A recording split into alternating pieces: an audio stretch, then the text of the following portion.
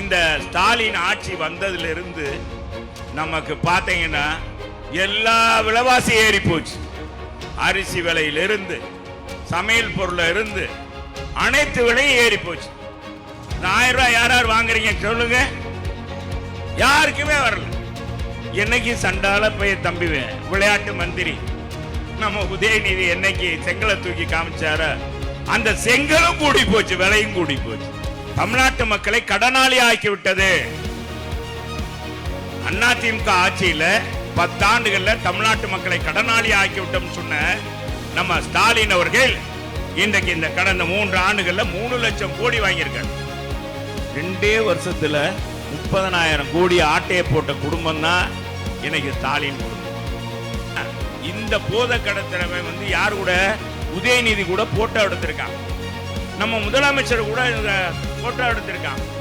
நம்முடைய தமிழ்நாட்டுடைய காவல்துறை தலைவர் ஏன்னா கேப்பையில நெய் வடினா கேப்பாருக்கு புத்தி எங்க போகுது? நாங்க செய்வோமா? மறந்தும் இருந்துடக்கூடாது. எதை ஏமாற்றி பார்ப்பாங்க. இதே மோடி எடப்பாடியாரே பாராட்டினார். பாரதிய ஜனதா அது ஒரு மதவாத இயக்கம். இன்னைக்கு மதத்தை சொல்லி மக்களை பிரித்து, ஜாதியை சொல்லி பிரித்து, மதத்தால் மக்களை பிரிக்கின்ற அந்த கட்சியை நாம் நோயாக விடக்கூடாது.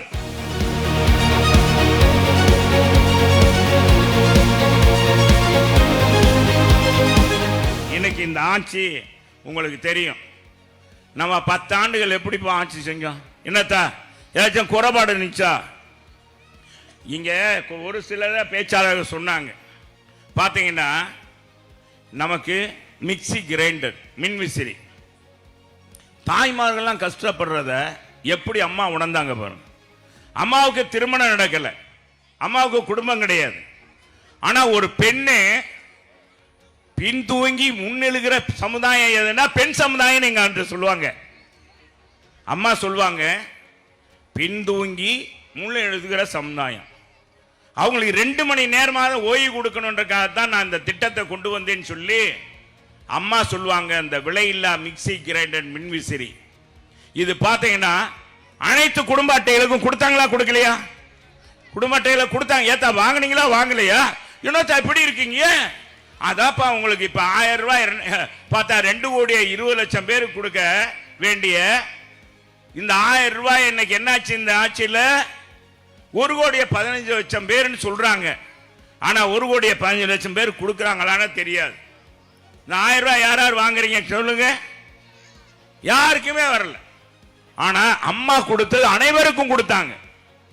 அதே நம்ம எடப்பாடியா பொங்கல் பரிசுக்கு அனைவருக்குமே 2,500 கொடுத்தாரா கொடுக்கலையா? ஏத்தா கொடுத்தாரு கொடுக்கல. என்னங்கப்பா இப்படி பேசாம இருக்கீங்க? என்ன இப்படி வாங்கிட்டு அப்புறம் பேசாம இருந்தா என்ன அர்த்தம்? அதனாலதான் விடியல் தருவோம் சொல்லி இன்னைக்கு நம்ம தலையில சுமை மேல் சுமை வைத்து கொண்டு இருக்கிறாங்க. நல்லா தாங்குறான்டா. வடிவேல் ஒரு படத்துல சொல்லுவான் தெரியுங்களா? இங்க இருந்து என்னை அங்க கொண்டு போனாங்க, அங்க கொண்டு போய் அடிச்சாங்க, அங்க இருந்து மூத்திர தெருவு நாத்தம்டா பயங்கர நாத்தம், அங்க கொண்டு போய் அடிச்சாங்க.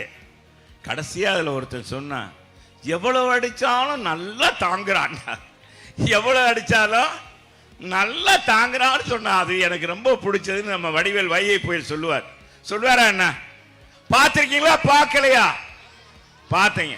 அது மாதிரி இந்த ஸ்டாலின் ஆட்சி வந்ததிலிருந்து நமக்கு பார்த்தீங்கன்னா எல்லா விலைவாசி ஏறி போச்சு. அரிசி விலையிலிருந்து சமையல் பொருள் இருந்து அனைத்து விலையும் ஏறி போச்சு. சரி கொத்தனார் வேலை பார்க்கலாம்டா.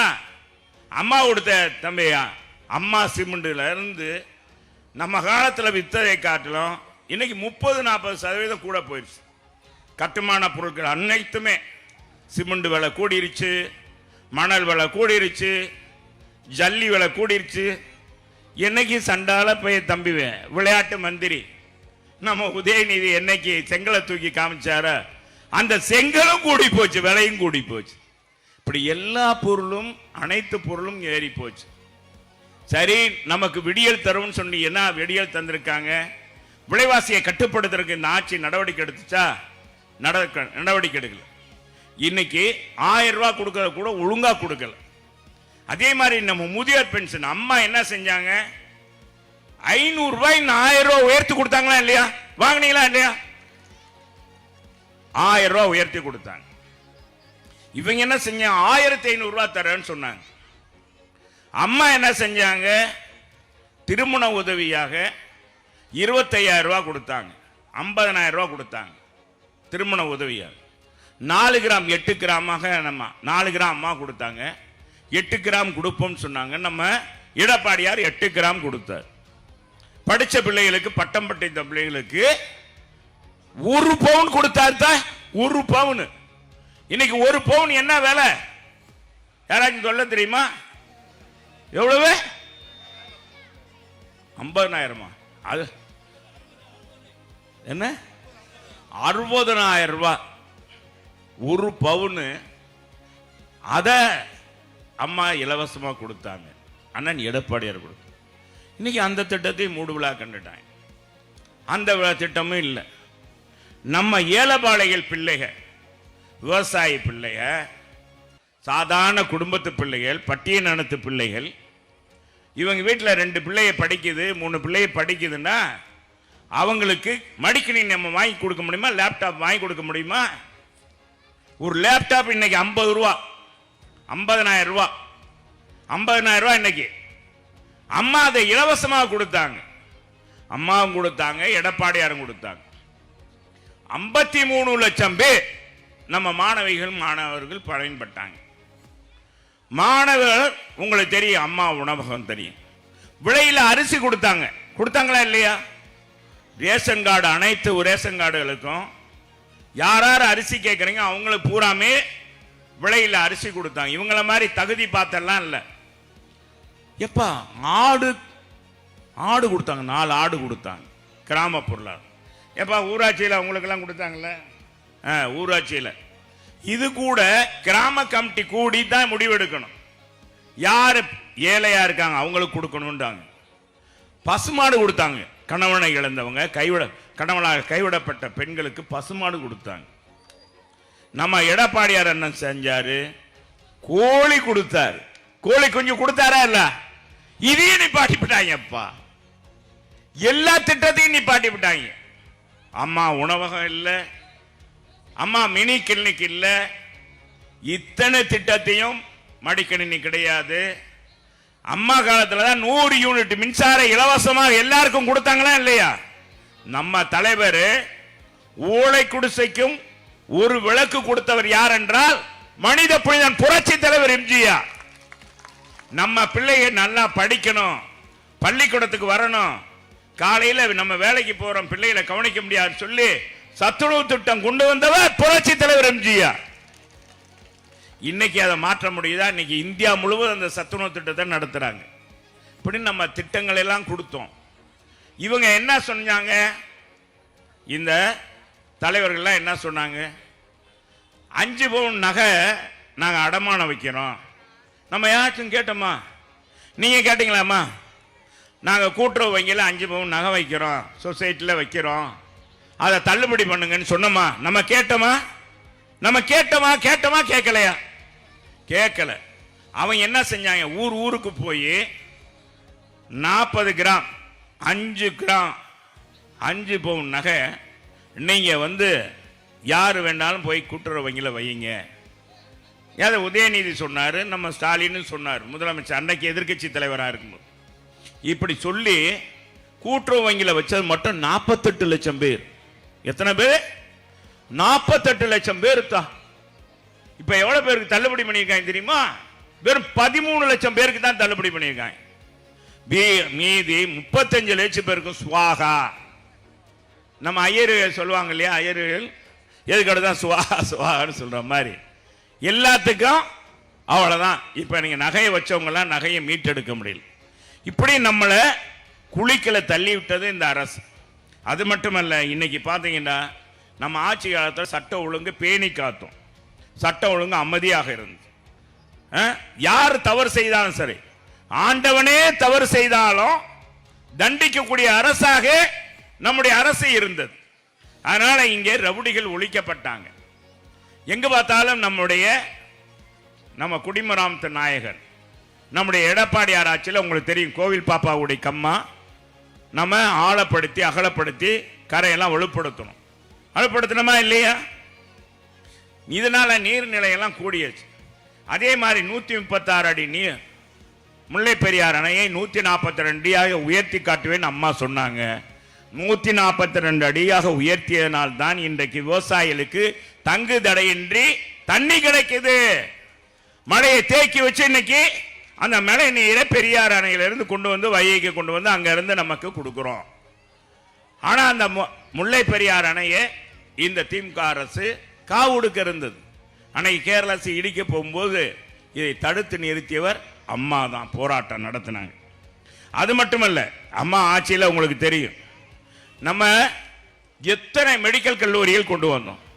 நம்ம பிள்ளைகள் நம்ம அரசு பள்ளியில் படிக்கிற பிள்ளைகள் டாக்டர் ஆகணும், மருத்துவர் ஆகணும் நம்முடைய கனவு.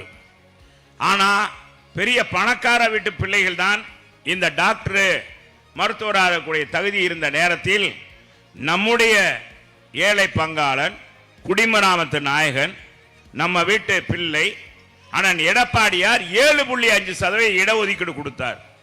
இதனால பாத்தீங்கன்னா சட்டம் போட்டு ஒரு பிள்ளை அந்த 7.5% இடஒதுக்கீடுல பெற்று காலேஜில் சேர்றாங்க, மெடிக்கல் கல்லூரியில் 5 பைசா செலவு இல்லாமல் டாக்டராக படித்து வெளியே வரலாம்.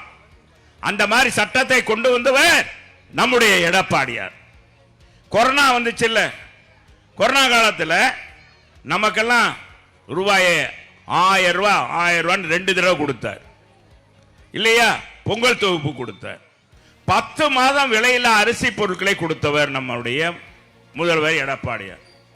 இது மாதிரி நம்முடைய ஆட்சியில விலைவாசியை கட்டுப்படுத்தணும். அரிசி விலை கூடுச்சா உடனே வெளிமாநிலத்தின அரிசியை வாங்கி வந்து குறைந்த விலைக்கு வித்து இந்த அரிசி பதுக்கிறவங்களை தடுத்தோம் நம்ம ஆட்சியில்.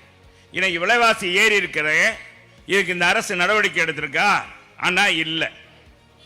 இத்தனை திட்டம் ஒரே ஆண்டில் 11 மருத்துவக் கல்லூரி கொண்டு வந்தோம். இன்னைக்கு ராஜாஜி ஹாஸ்பிட்டல் போய் பாருங்க, அங்க கட்டியிருக்க வானளாவிய உயர அளவுக்கு வானத்தை தொடுற அளவுக்கு இன்னைக்கு கட்டடங்கள்லாம் கட்டப்பட்டிருக்குன்னா நம்ம ஆட்சி காலத்தில் கொண்டு வந்தது, நம்ம நிதி ஒதுக்கினது. இங்கே பறக்கும் பாலம், கால்வாசல் பாலம், அதே மாதிரி பார்த்தீங்கன்னா இங்க இருந்து நம்ம வண்டியூர் வரைக்கும் போலாம், ஆத்தோரமாகவே இருபக்கம் விரைவு சாலைகள் இத்தனை இது அமைத்து கொடுத்தோம். இது மாதிரி மதுரையில் பார்த்தா மீனாட்சி அம்மங்களை சுற்றி மிக அருமையாக ஃபேவர் பிளாக் போட்டோம். அது மட்டும் மகாலை புதுப்பித்தோம். பெரியார் பேருந்து நிலையம் இன்னைக்கு பாருங்க, முன்னால எப்படி இருந்துச்சு இன்னைக்கு எப்படி இருக்கு அப்படின்னு பார்க்கணும். அது மட்டும் இல்ல, நத்தத்தில் உயர்மட்ட சாலம், சாலை வசதி, குடிநீர் வசதி. அதே மாதிரி நம்ம 1296 கோடியில முல்லை பெரியாறு இருந்து முல்லை பெரியார் அணையிலிருந்து இன்னைக்கு தன்னை எடுத்து வந்து 100 வார்டுகளுக்கு இலவசமாக குடிநீர் கொண்டு வந்தோம். குடிநீர் கொடுக்கிற திட்டத்தை நடத்தணும். 2023 முடிக்கத அதை கூட இந்த அரசு முடிக்கல. 4 பாலங்கள் கட்டணும். வைகை ஆற்றில் ஆரப்பாளையத்துக்கு பக்கத்தில் பார்த்தீங்கன்னா ஒரு பாலம், செல்லூர் அருகாமையில பாலம், ஓப்லா படித்துறை அருகாமையில பாலம், குருவிக்காரன் சாலையில பாலம். இன்னைக்கு நம்ம கோரிப்பாளையத்தில் பெரிய பாலம் ஒன்று நம்ம காலத்தில் போடப்பட்ட நிதி இப்பதான் இவங்க செலவழிக்க போறாங்க. அதே மாதிரி அப்போலோ ஹாஸ்பிட்டல்கிட்ட ஒரு பாலம். இத்தனை பாலங்கள் கொண்டு வந்தோம். இவ்வளவு வாங்கி நம்ம கடன் வாங்கினது 4 வருஷத்துல 4.5 லட்சம் கோடி தான். நீ புரிஞ்சுக்குங்க. அப்ப இந்த ஆட்சியில் என்ன சொன்னாங்க? திமுக ஆட்சியில் நம்ம திமுக எதிர்கட்சியா இருக்கும்போது சொன்னாங்க, தமிழ்நாட்டு மக்களை கடனாளி ஆக்கி விட்டது. அண்ணா திமுக ஆட்சியில் 10 ஆண்டுகளில் தமிழ்நாட்டு மக்களை கடனாளி ஆக்கி விட்டோம் சொன்ன நம்ம ஸ்டாலின் அவர்கள் இன்றைக்கு இந்த கடந்த 3 ஆண்டுகளில் 3 லட்சம் கோடி வாங்கியிருக்கார். 3 லட்சம் 2.98 லட்சம் கோடி கடன் வாங்கி, அதிகமாக கடன் வாங்கி ஒரே ஆண்டுல தான் இந்த 3 ஆண்டு ஒரே ஆண்டுல இவங்க இந்த மாதிரி செலவு பண்ணதில் 30,000 கோடி ரூபாய் சம்பாதிச்சிருக்காங்க.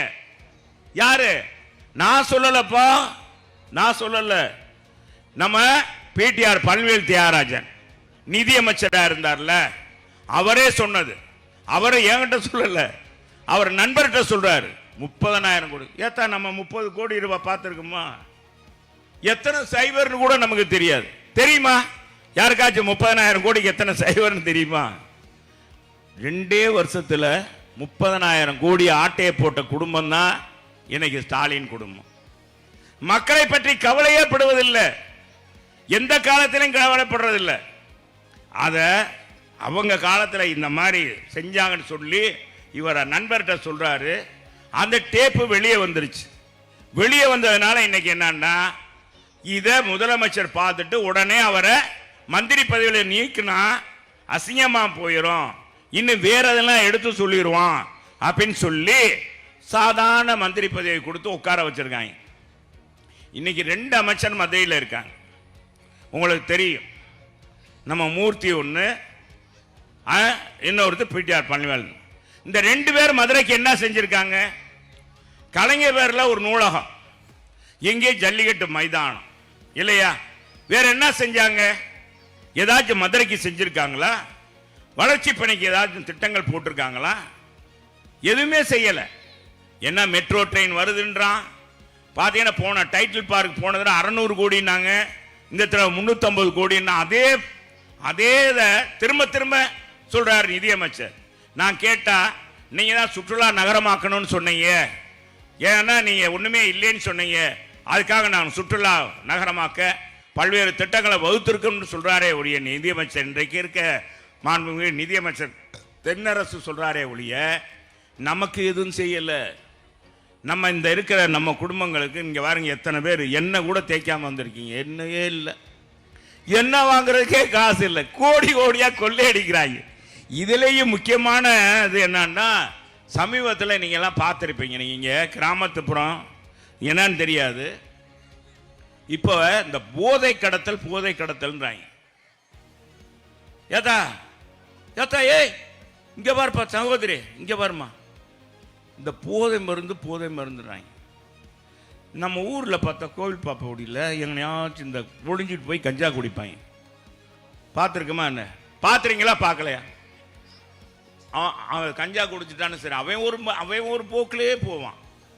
அவனை பார்த்தா அவன் ஏதோ சாப்பிட்ருக்காண்டான்னு நமக்கு தெரியும், ஆனால் வாடை தெரியாது.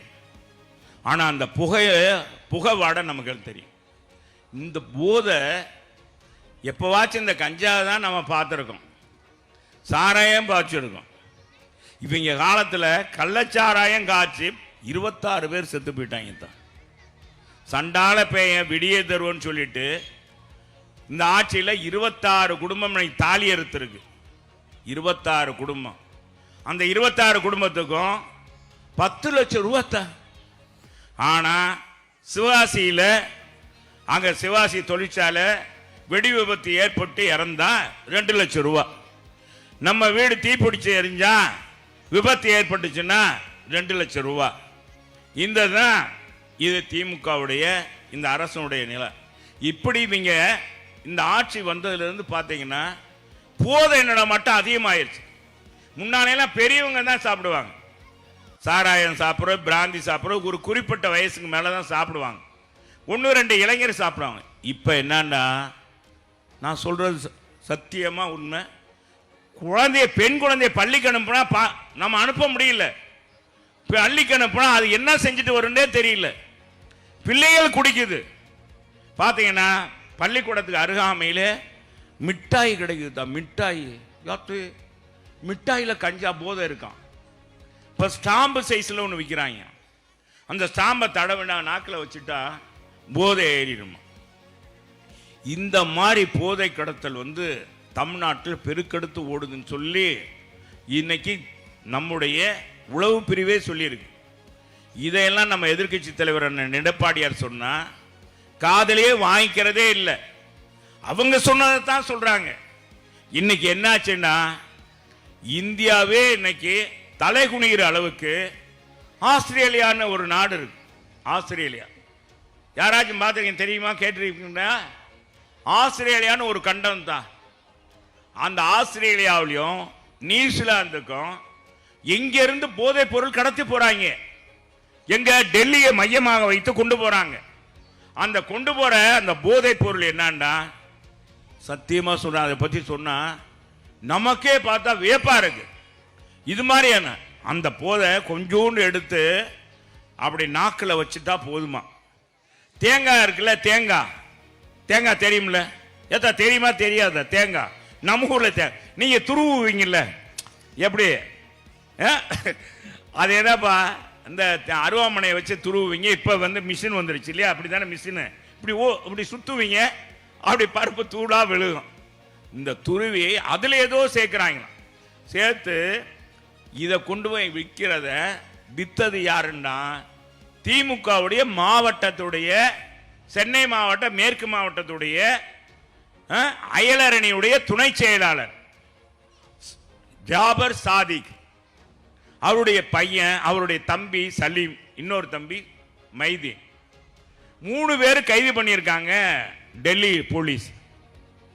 அவன் உலகம் பூராத்திலிருந்து எங்க இருந்தா இந்த போதை வருது, நம்ம இளைஞர்கள்லாம் பாதிக்கப்படுறாங்களே, 5 நாளைக்கு இருக்குமா அந்த போதை. கஞ்சா குடிச்சா நம்ம பையங்களுக்கு ஒரு 6 மணி நாளைக்கு ஒரு 6 மணி நேரம் இருக்குமா, 2 மணி நேரம் இருக்குமா எனக்கு தெரியல. எவ்வளோ நேரம் இருக்கும் கஞ்சா குடிச்சா, எவ்வளோ நேரம் தம்பி? அவங்க எவ்வளோ நேரம் இருப்பாங்க? அவங்க ஒரு உலகத்திலேயே இருப்பாங்கப்பா. அது மாறிடு, அப்புறம் திரும்ப அவங்களுக்கு தேவைப்படும். இந்த கஞ்சா குடிச்சிட்டான்னு வருங்க, கஞ்சாவுக்கு அடிமை ஆயிட்டானா அவன் அமைதியா இருப்பான், சாப்பிட்டானா. ஆனா சாப்பிட இல்லைன்னா வயிறல வீட்டில் பார்த்தா பாத்திரங்களாம் எடுத்து அடிச்சு உடைப்பான், பார்த்தா நல்ல பையன் மாறி இருப்பான். அது சாப்பிட்ட பிறகுதான் தெரியும் இந்த மாதிரின்னு. அது சும்மா 2 மணி நேரம் 3 மணி நேரத்துக்கு தான். இது நான் 5 நாளைக்கு அந்த போதை இருக்குமாத்தான். எப்ப நம்ம கேள்விப்பட்டிருக்கோமா 5 நாளைக்கு? ஏன்னா கண்டுபிடிச்சீங்க. ஒருவேளை சாப்பிட்டா 5 நாளைக்கு பசிக்காதுன்னு சொன்னா நம்ம மக்களுக்கெல்லாம் நமக்கெல்லாம் சந்தோஷ விலைவாசியெல்லாம் குறைச்சு போகும். ஏன்னா உண்மையா இல்லையா? என்னத்தான் ஒருவேளை சாப்பிட்டா போதும், இந்த இதை கொஞ்சம் சாப்பிட்டா போதும், பசியே எடுக்காது, நல்ல உடம்பு ஆரோக்கியமா இருக்குன்னு சொன்னா என்ன டாக்டர் இப்படி சாப்பிட்டா அவர் அங்க அது வாட்ஸ்அப் போயிட்டார். அந்த இளைஞர்களுக்கே உரியது என்னன்னா, ஒருவேளை சாப்பிட்டா 5 நாளைக்கு பசிக்காது, உங்களுக்கு என்ன 5 நாள் 3 வேளை சாப்பிட்டீங்கன்னா என்ன ஆரோக்கியம் இருக்குமோ அதே ஆரோக்கியம் இருக்குன்னா அப்படி ஒரு பொருளை கண்டுபிடிங்கடா. அப்படி ஒரு பொருளை கண்டுபிடிப்பாங்கன்னா திமுக ஆட்சியில் நம்ம உட்கார வச்சா இன்னைக்கு என்னன்னா, இந்த போதை கடத்தலை யார் கூட, உதயநிதி கூட போட்டோ எடுத்திருக்கான், நம்ம முதலமைச்சர் கூட போட்டோ எடுத்திருக்கான், நம்முடைய தமிழ்நாட்டுடைய காவல்துறை தலைவர் அவர் தான் தமிழ்நாட்டில் இருக்க அத்தனை காவல்துறை, இங்க இருக்காரு, எங்க காவல்துறை அதிகாரிகள், காவல்துறை தம்பி போலீஸ் எல்லாம் இருந்தாங்க. இவங்களுக்கெல்லாம் யாருன்னா அவர் தான் தலைவர் தான். குறிப்பா சொன்ன நமக்கு அம்மா தலைவர் இருந்தாங்க இல்லையா, நமக்கு அம்மா தலைவரா இருந்தாங்க, புரட்சி தலைவர் இருந்தாரு, இப்ப எடப்பாடியார் இருக்காது போல. இந்த போலீஸ் துறைக்கே காவல்துறை அதிகாரிக்கு சங்கர் ஜுவால் அவர் கூட ஒரு நிகழ்ச்சியில கலந்து விட்டு பரிசு வாங்கியிருக்கார். யாரு? இந்த சாபர் சாதி. எப்படி ஒரு நெட்வொர்க் வச்சிருக்கான் பாருங்க.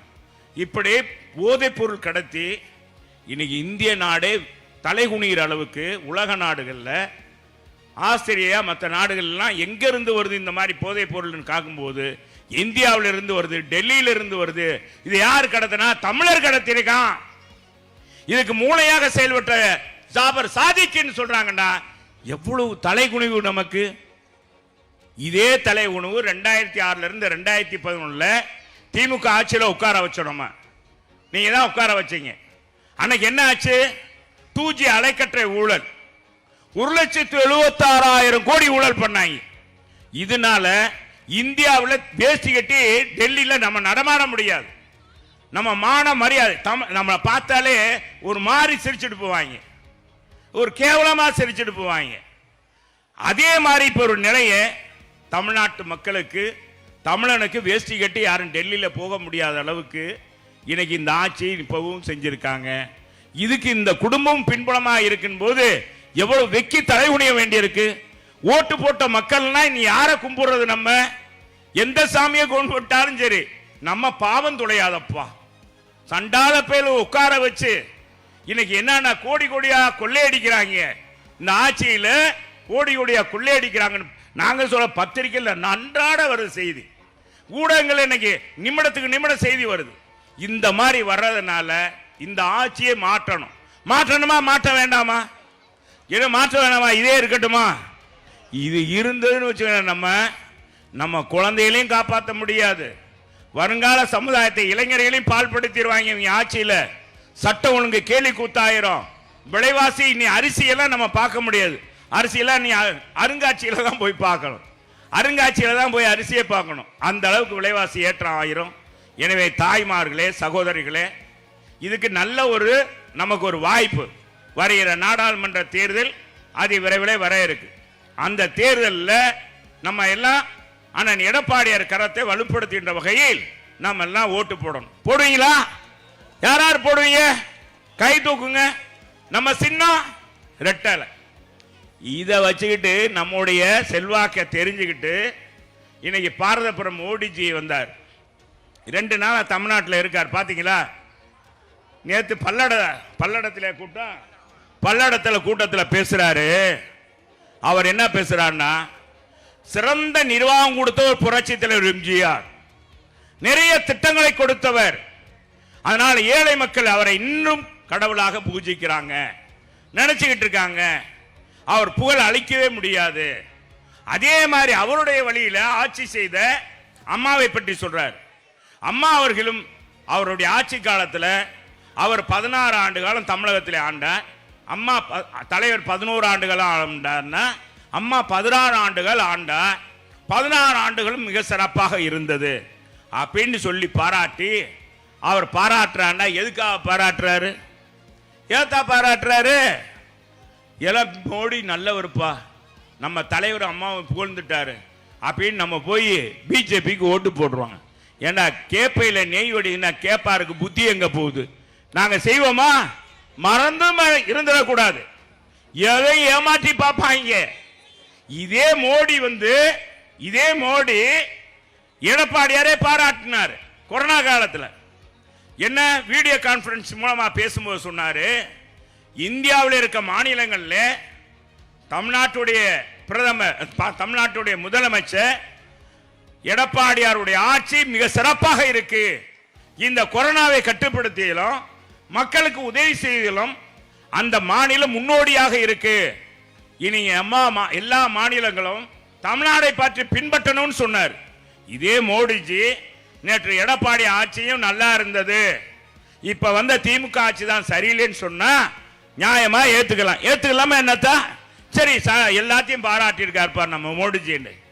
அம்மாவை தலைவரை மட்டும் சொல்லிட்டு நம்ம தலைவரை பாராட்டிய இதே மோடி இன்னைக்கு நம்ம எடப்பாடியாரை பற்றி பேசாம இருக்கிறார்னா அவருக்கு தெரிஞ்சு போச்சு, தமிழ்நாட்டு மக்கள் ரெட்டலைக்கு தான் ஓட்டு போடுவாங்க, அந்த மக்களை ஏமாற்றி எப்படியாவது நம்ம பிஜேபிக்கு கொண்டு வரணும் அப்படின்னு சொல்லி இன்னைக்கு மோடிஜியே நம்மளை ஏமாற்ற பார்க்கிறார். நாங்க எத்தனுக்கு வில்லாதி வில்ல தமிழ்நாட்டு மக்கள். தந்தை பெரியார், பேரறிஞர் அண்ணா, புரட்சி தலைவர் எம்ஜிஆர், புரட்சி தலைவர் அம்மா வழியில வந்த தமிழ்நாட்டு மக்கள் என்னைக்கும் பாரதிய ஜனதா அது ஒரு மதவாத இயக்கம். இன்னைக்கு மதத்தை சொல்லி மக்களை பிரித்து, ஜாதியை சொல்லி பிரித்து, மதத்தால் மக்களை பிரிக்கின்ற அந்த கட்சியை நாம் நுழையவே விடக்கூடாது. இன்னைக்கு திமுக விட்டதுனால இன்னைக்கு அந்த குடும்பம் எவ்வளவு தூரம் இதா இருக்கு. இன்னைக்கு தமிழ்நாட்டு மக்களை பற்றி கவலையே படாத ஒரு குடும்பம், தன் குடும்பத்தை மட்டும் பார்க்கிற முதலமைச்சர். கலைஞரும் அப்படிதான் இருந்தார். வயசான காலத்தில் சரி இருந்துட்டு போறாரு, நீங்க ஒரு தடவை இருக்கணுங்க. வயசானவர் என்ன செஞ்சாரு? மானாட மயிலாட. கலைஞர் காலத்தில் மானாட மயிலாட பார்த்தார், அதைத்தான் பார்த்தார். நமக்கு திமுக காட்சியில் பார்த்தீங்கன்னா எப்போ மின்சாரம் வரும், எப்போ மின்சாரம் போகும்னு நிலை இருந்து அதெல்லாம் மாற்றியவர் நம்முடைய ஆட்சி. 10 ஆண்டுகள் சிறப்பான ஆட்சி, சிறப்பான நிர்வாகம், மாணவ செல்வங்களுக்கு மடிக்கணி, வேலை பணிபுரியும் மகளிருக்கு 2 சக்கர வாகனம், அதே மாதிரி கர்ப்பிணி பெண்களுக்கு 18,000 ரூபா, இப்படி அள்ளி அள்ளி கொடுத்தது நம்ம ஆட்சி. குழந்தை பிறந்த உடனே பரிசு பட்டம் கொடுத்தது நம்ம 16 பொருள். நம்ம பிள்ளையை படிக்கிற 16 வகையான உபகரணங்கள் நம்ம கூட வாங்கி கொடுத்துருக்க மாட்டோம். ஒரு பையும் கொடுத்து, கிரேயான்ஸ் நோட்டையும் கொடுத்து, வரைபடங்கள் உலக வரைபடம் கொடுத்து, பிள்ளையை படிக்க அனுப்பி, கூர்ஸ் கொடுத்து, சீருடை கொடுத்து, இத்தனையும் கொடுத்தவர் நம்முடைய அம்மா எடப்பாடியார். எனவே நம்ம அம்மா ஆட்சி தான் பொற்கால ஆட்சி, எடப்பாடியார் ஆட்சி தான் பொற்கால ஆட்சி. அந்த ஆட்சிக்கு முன்னோடியாக வருகிற இந்த நாடாளுமன்ற தேர்தலில் நம்ம இரட்டை இலைக்கு வாக்களித்து வெற்றி பெற செய்ய வேண்டும்.